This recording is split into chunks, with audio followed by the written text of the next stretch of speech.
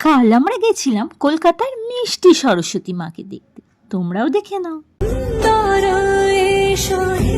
Location তো বলছি, এটা হচ্ছে কলকাতার লেক কালীবাড়ি আয়োজিত সরস্বতী পুজো। আর এখানে এই মিষ্টি সরস্বতীর সাথে আমাদের দেখা হয়েছিল। ওর নাম মেঘবর্ণা। ও এখানে এসেছিল ওর মা বাবার সাথে পুজো দিতে।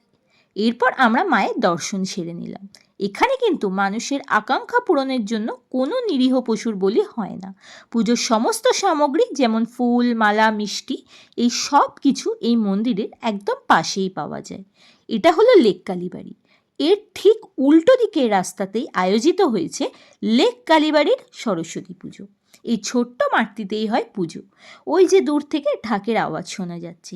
দেবী সরস্বতীর রূপে মন সত্যিই মুগ্ধ হয়ে গেছিল। দেবী সরস্বতীর পুজোর পাশাপাশি এখানে মা লক্ষ্মী, বিষ্ণু, রাধা ও কৃষ্ণের প্রেমকে তুলে ধরা হয়েছে। আর এখানে সবার ওপরে ঠিক সরস্বতী দেবীর মাথার ওপর রয়েছে আমাদের সবার প্রিয় প্রভু জগন্নাথ দেব।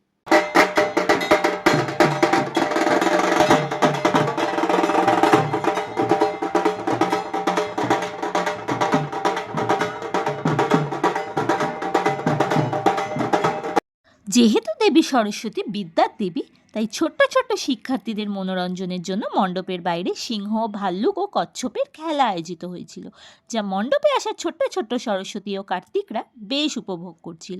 ওরা তো কেউ বাড়ি যেতেই চাইছিল না। ওদের দেখে আমিও দাঁড়িয়ে দাঁড়িয়ে ওদের খেলা দেখছিলাম।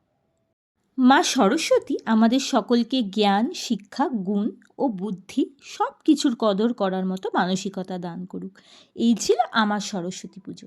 আশা করি আপনাদের সবার সরস্বতী পুজো খুব ভালো কেটেছে।